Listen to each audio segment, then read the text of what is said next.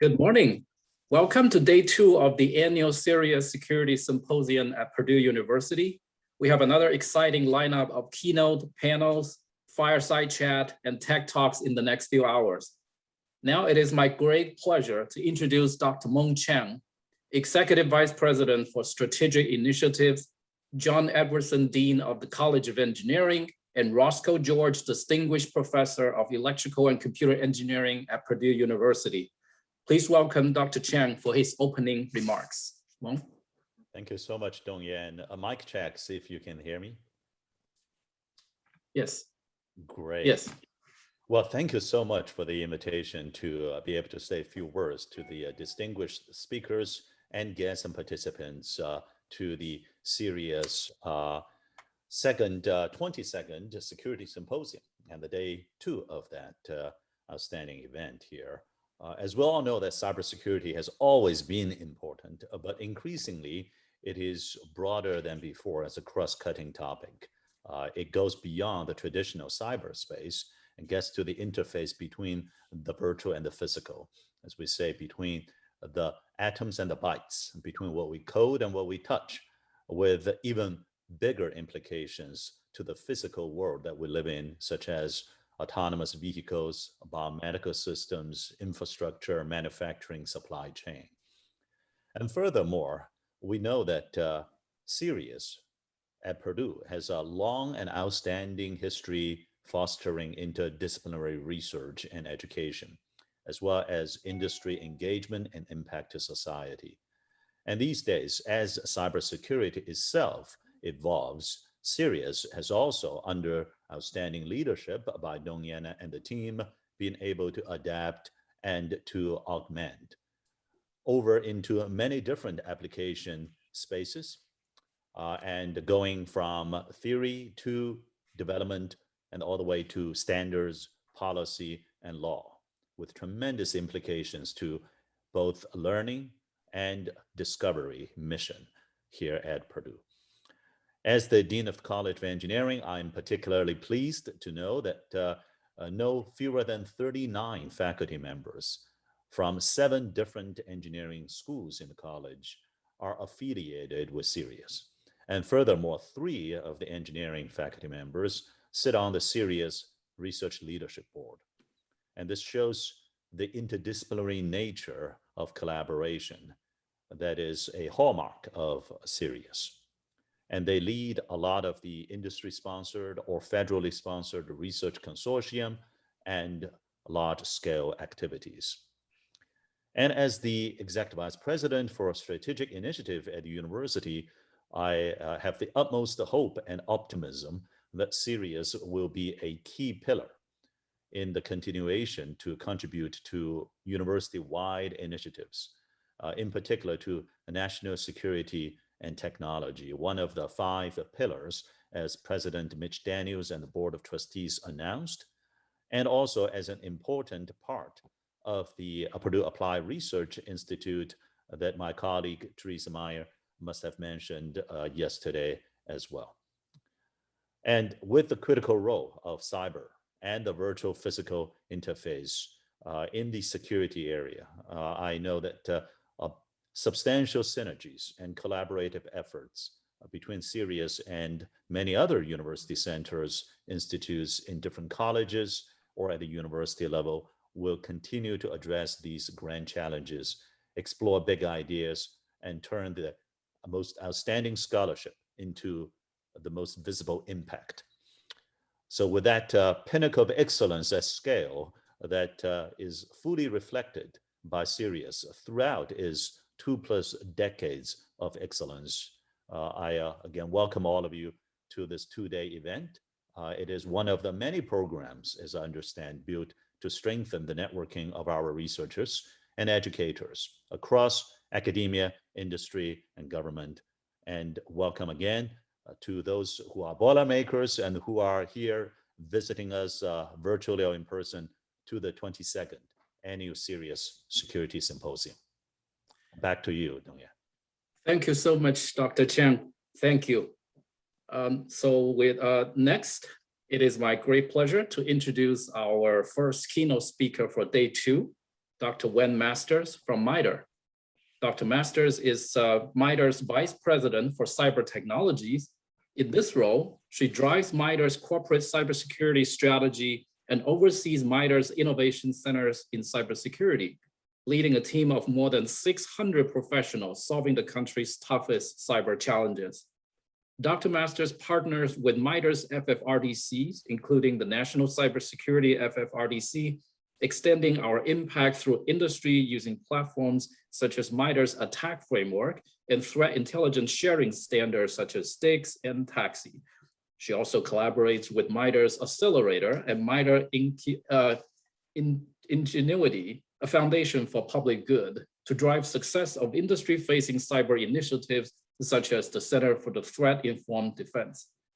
Before joining MITRE in 2021, Dr. Masters was Deputy Director of Research at Georgia Tech Research Institute, GTRI, and co-lead of the Commission on Research Next, developing a roadmap and comprehensive strategy for Georgia Tech's research enterprise.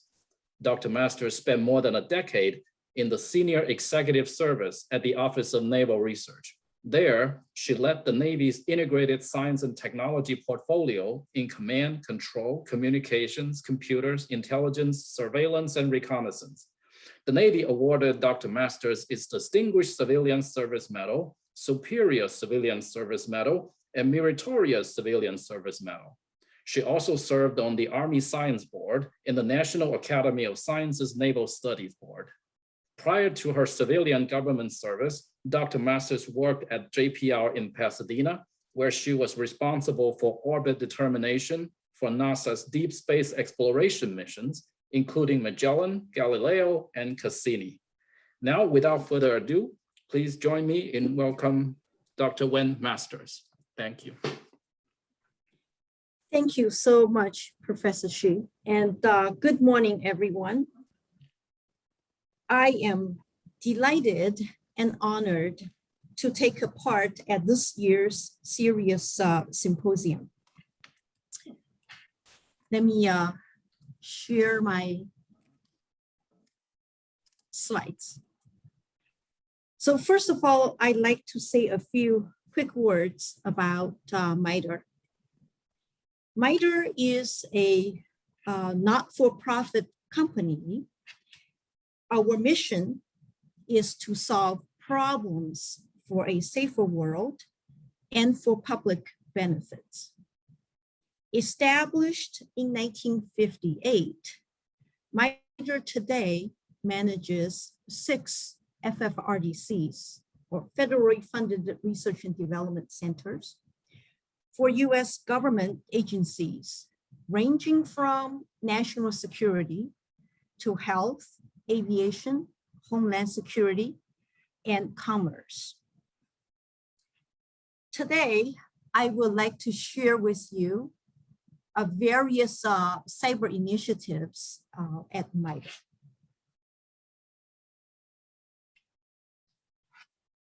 MITRE has a long history in doing cyber work.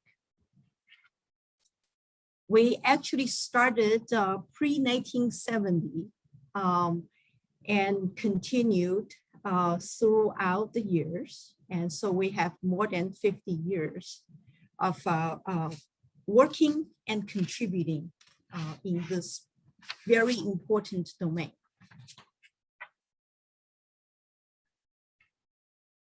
From prior to and throughout 1970s, MITRE's work focused on cybersecurity foundations, including contributing to the AWARE report, which was commissioned by the Defense Science Board.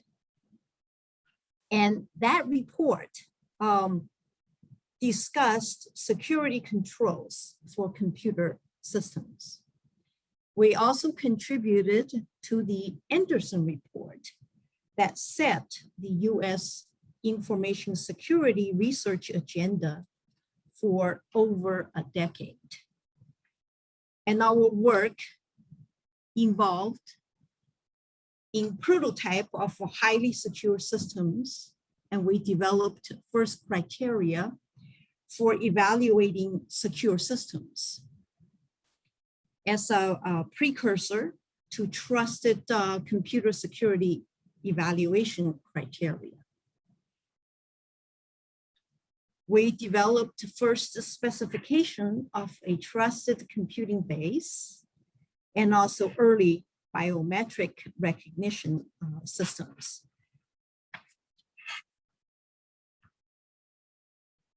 In the 1990s, we expanded our work to include secure networked systems and multi-level security, and also engaged with commercial industry.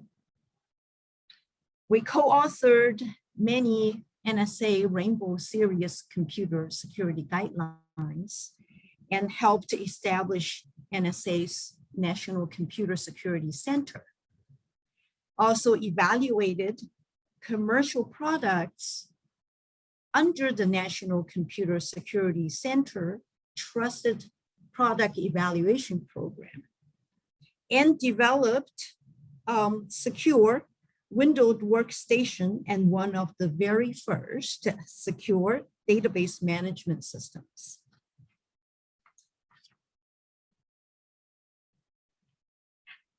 In the 1990s, we expanded our work to include defending against broad attacks and creation of and deployment of Joint Worldwide Intelligence Communication System, or JWICS, which is used today, and operations and Intel workstations, MITRE Intrusion Analysis System, or MITREs, which is an early security information and event management system. We created the CVE, the Common Vulnerability and Exposures database, and IC, Intelligent Community, and DoD PKI. Stood up of multiple early SOCs and co-funded of Journal of Computer Security.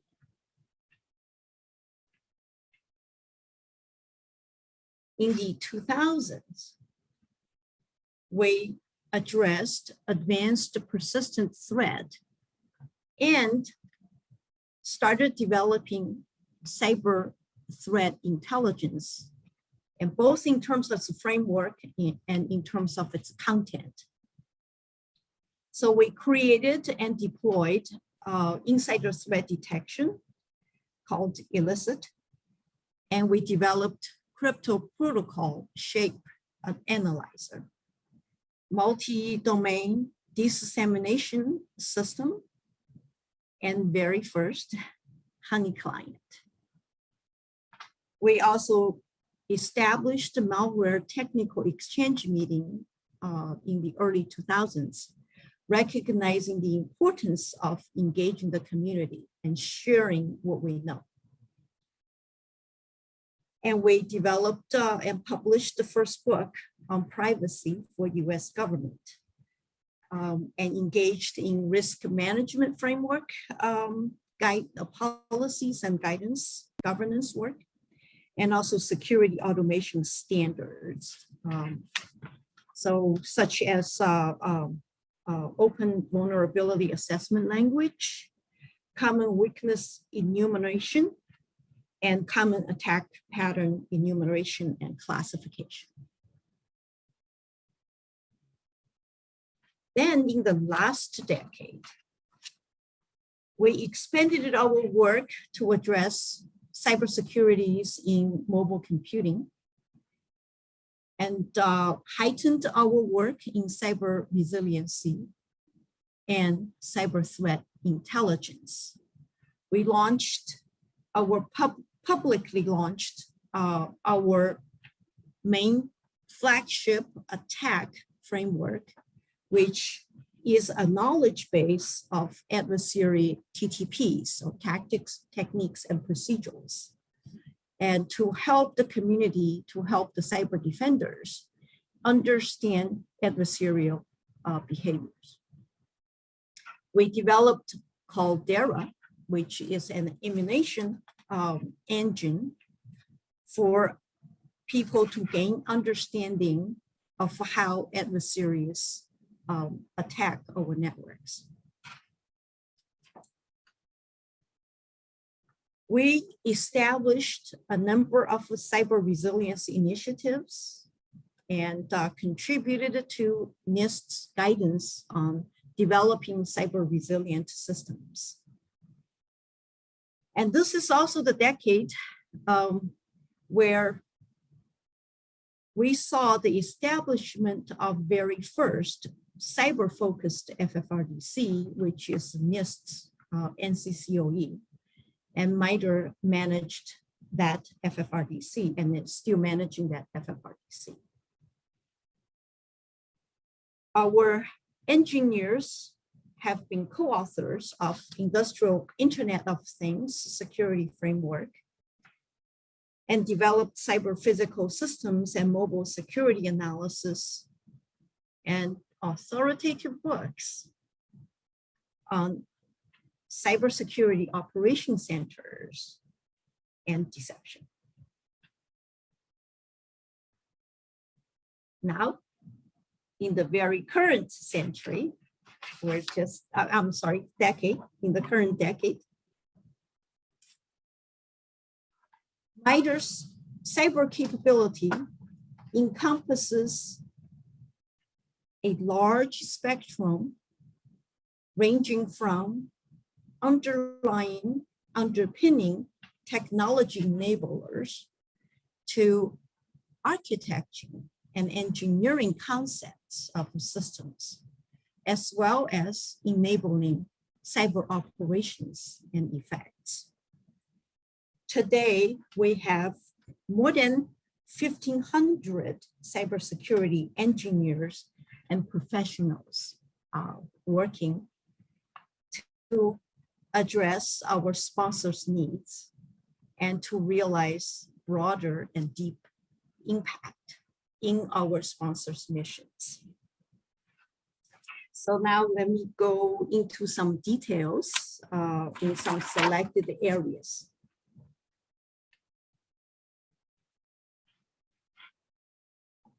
Cloud security. Well, of course, everyone is moving into the cloud, and government also migrated into cloud. So we worked across the federal government to secure sensitive data and applications in public and private clouds. We engaged in secure design, access point and hubs, and cloud hosting and threat mitigation, as well as private and hybrid cloud shared vulnerability aspects of work, and provided the foundations that enabled government and private sectors to work together utilizing the cloud to carry out their missions and their functions.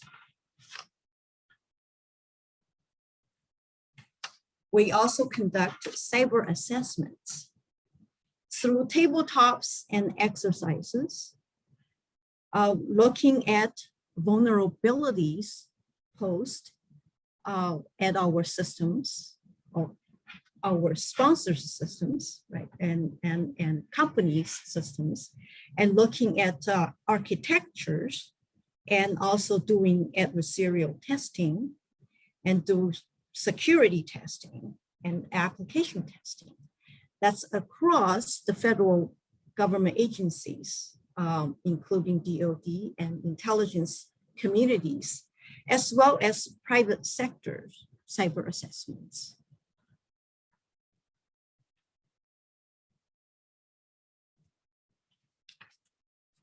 We pioneered cyber resiliency, a concept to support federal government's mission And we looked at cyber resiliency from holistic end-to-end needs, as well as looking at how we prioritize to against high-end, sophisticated adversaries and nation-state actors.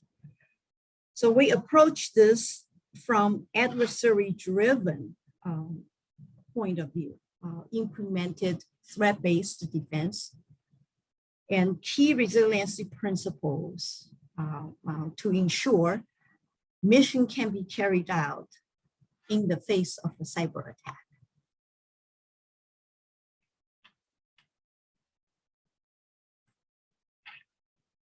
We also engaged in cybersecurity work, cyber safety work.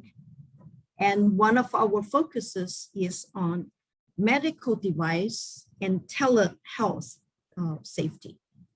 And so because a lot of these medical devices nowadays are powered with data and computation and also communication.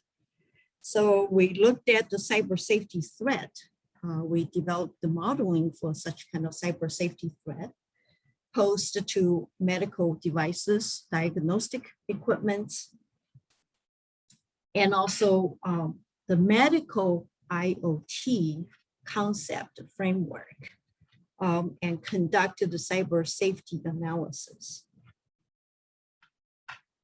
With all the goals is to minimize harm to public safety and human life from system failure due to cyber attack by evolving cyber threats.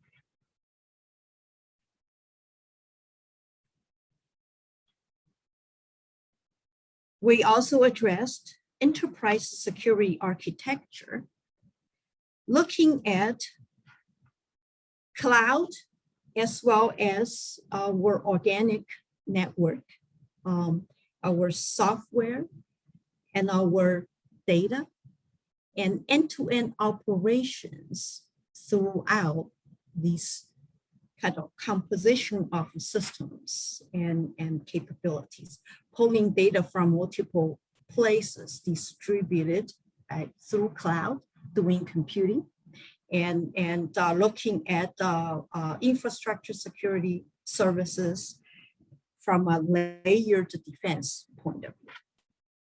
And we defined and integrated end-to-end security and resiliency.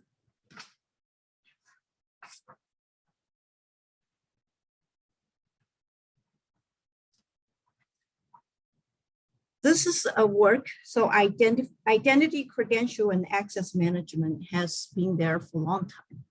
We continue to work in this area and continue to evolve advanced cyber technologies for this. And because our computing, our systems continue to evolve, and the attack are continuing to evolve as well. And so we are looking at digital identity assurance, and we're looking at how to govern that.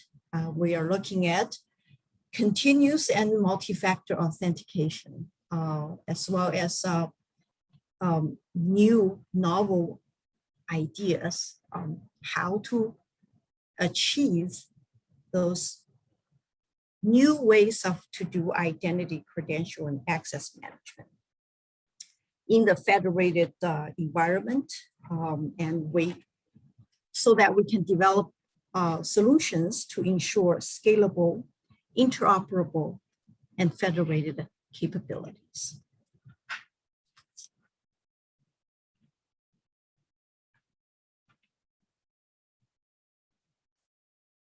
Cyber has become an integral part of our lives, from everyday living to medical care, to transportation, whether personal vehicle or via public transportation, to industrial production, to operational technologies and utilities. So cyber connects human data, communications, networking, and physical functions together. Because of that, we are also addressing cybersecurity issues and developing capabilities for Internet of Things and cyber-physical systems security.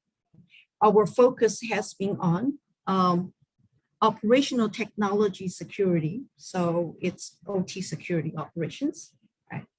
And OT cyber resilience, OT cyber analytics, and OT cyber assessment, as well as industrial control systems and SCADA protection in avionics, in vehicles, in manufacturing, in medical devices.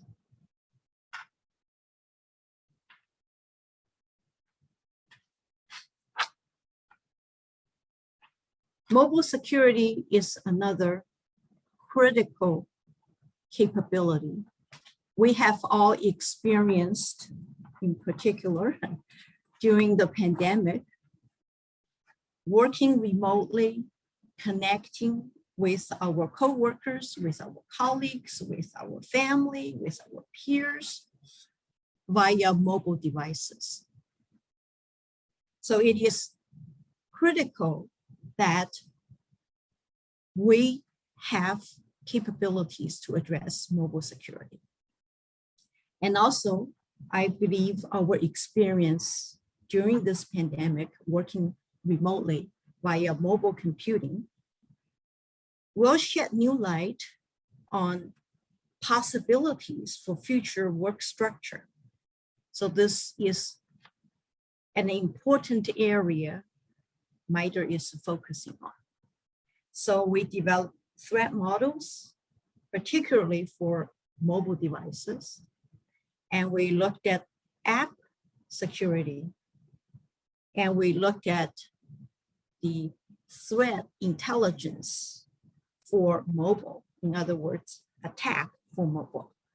So understanding adversary behavior against mobile devices. We are also looking at the security architecture for mobile devices.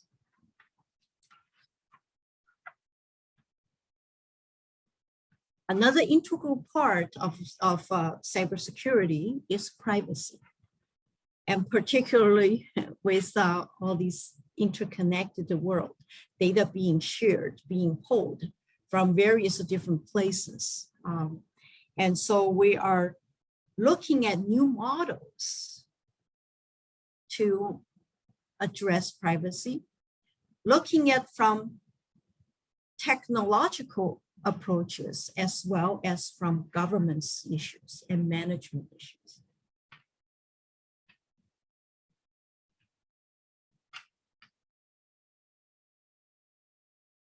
Automation is the key as we move into the future. So we are looking at end-to-end, enterprise-wide secure automation and management, and also creating the DevSecOps environment to enable development, deployment of those secure systems.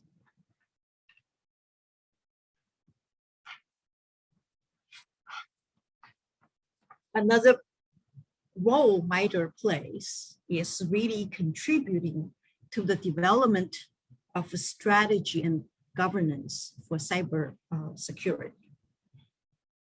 Recent President's executive orders on cybersecurity really highlighted the importance of policy, governance, implementation plans, and risk management. So we are working with our government sponsors hand in hand, informed with our knowledge in adversarious behavior and in technology possibilities. We are providing advice to our government sponsors.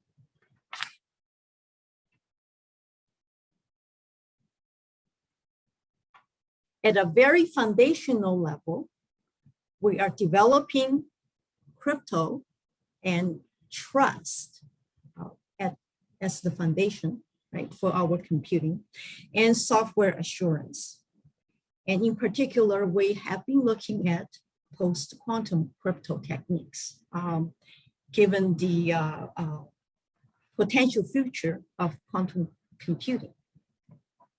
And we're looking at how to improve crypto protocol and algorithms, and also combining formal methods and machine learning and AI, if we would like to use that term, to look at how we address the software assurance piece.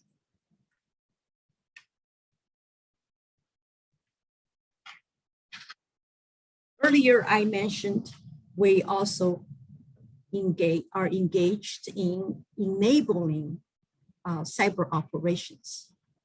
And so this is really building upon the technologies I had just highlighted, as well as our trusted partnership with our sponsors.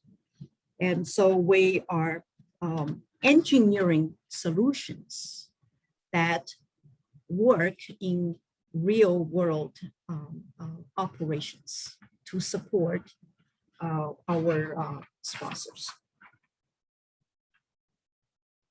A few key components that we are working on to enable cyber operations include cyber threat intelligence and sharing. I mentioned attack framework. So attack framework provides a knowledge base for adversaries TTP, and it's publicly available and globally accessible to help people understand how adversaries are conducting their intrusion. And we're freely sharing that with the public and with our sponsors.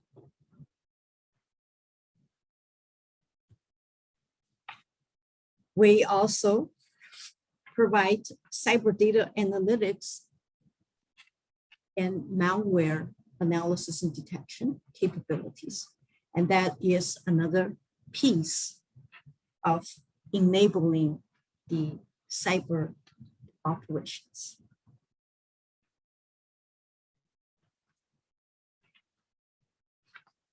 We also developed a platform that allow us to do cyber adversary emulation.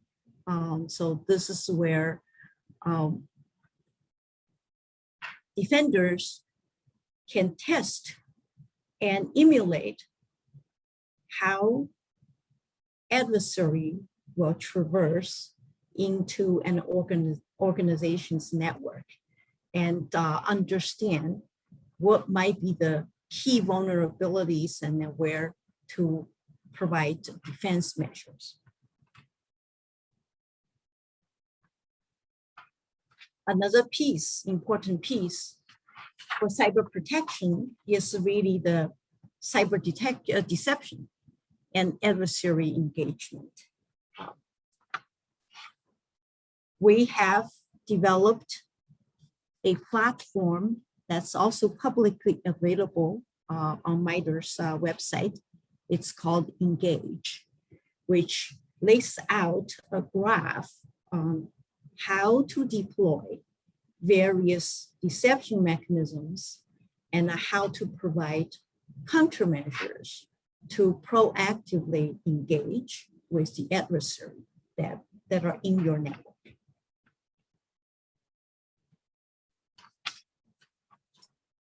Cyber forensics is an important component to develop attribution, to analyze digital evidence. So we have a program focused on that. We also look at reverse engineering and cyber effects. So that's combining managed attribution and forensics, as well as the understanding of the cyber infrastructure. The intended cyber effects.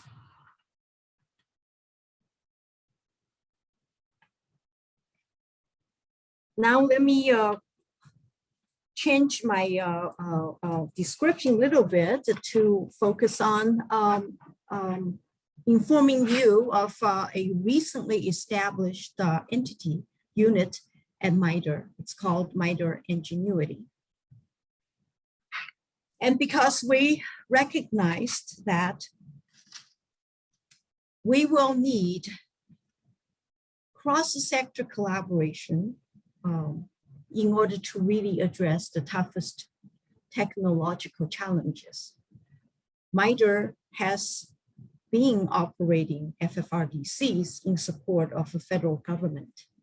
And we realized we also need to build a bridge between the public sector and the private sector. Hence, MITRE Ingenuity was born a little over a year ago.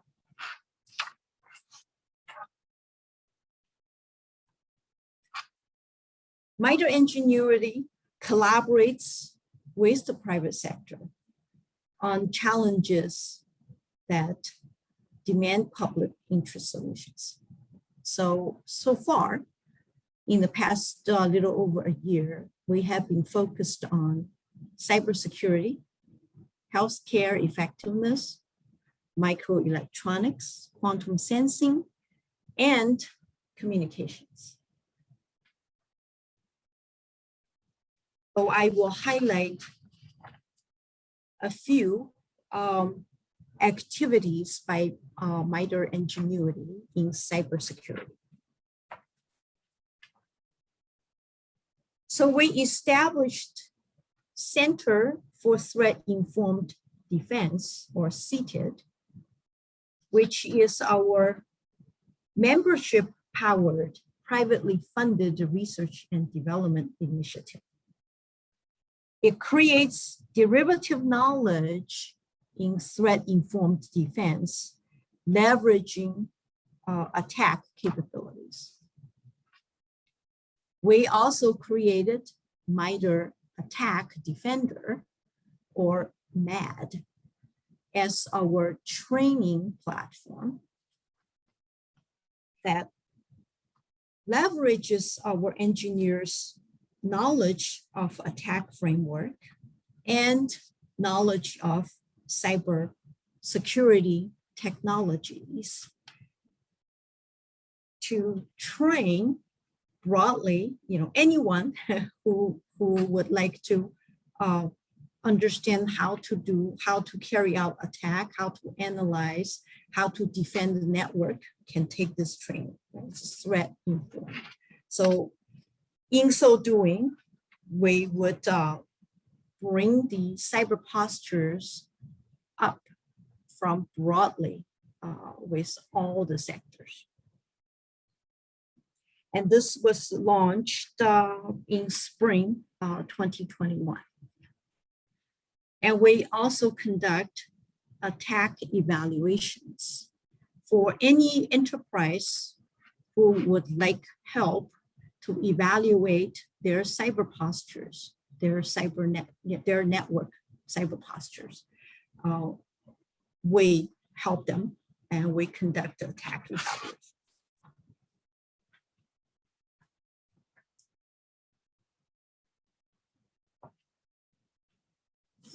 So CTID, as I mentioned, Center for Threat-Informed Defense, is a membership-powered, privately funded center.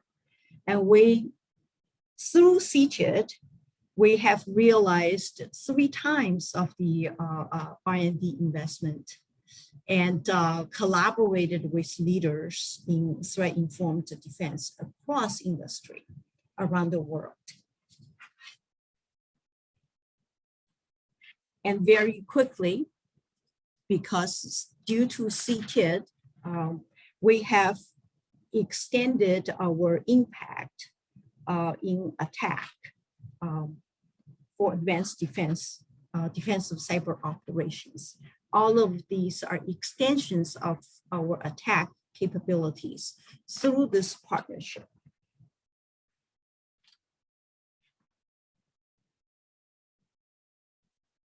MAD, as I mentioned, is our training platform, and we're providing certification and training for a broader community to up their skills.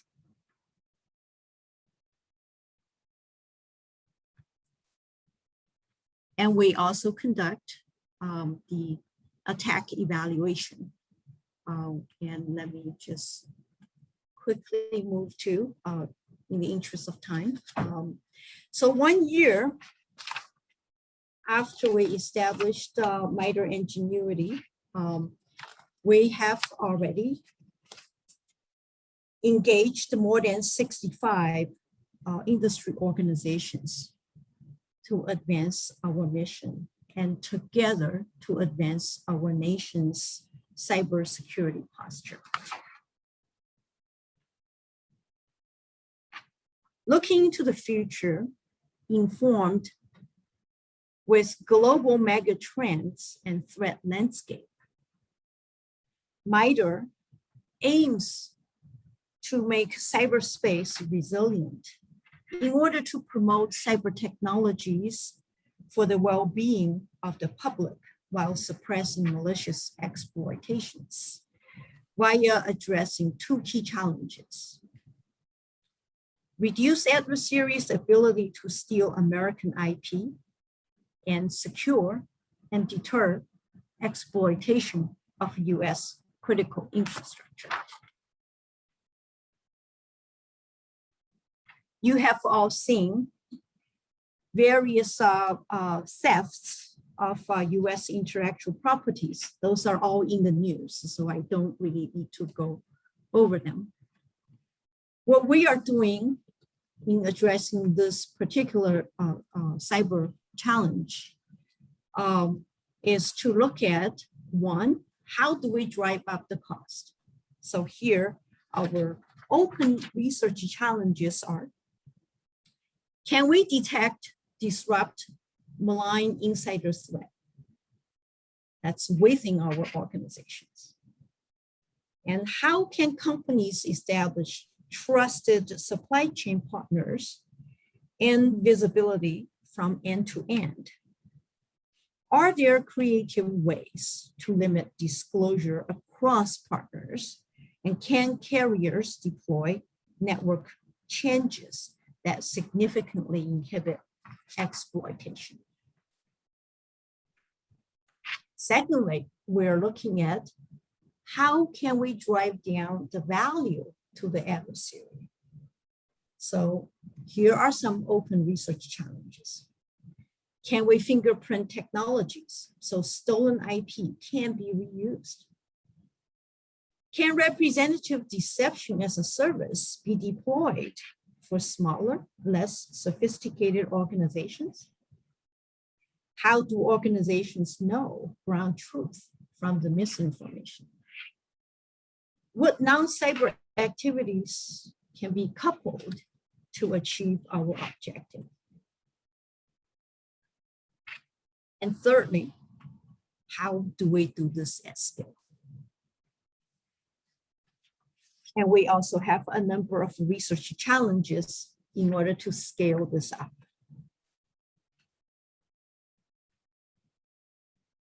For the key challenge to secure and deter exploitation of US critical infrastructure, the motivation is there, and we have seen the recent attacks. Our primary focus right now is on energy sector, healthcare, and public health. Our secondary focus on the critical infrastructure is on transportation systems, financial systems and services, and emergency services. And we are also looking at the potential of addressing critical manufacturing, water and wastewater systems, nuclear reactors, materials, and waste.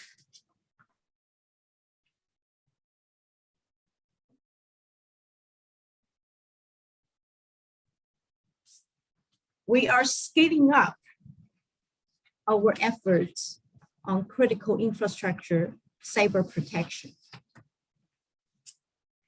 Last month, we have launched a new innovation center within MITRE Labs. It's called Critical Infrastructure Protection Innovation Center.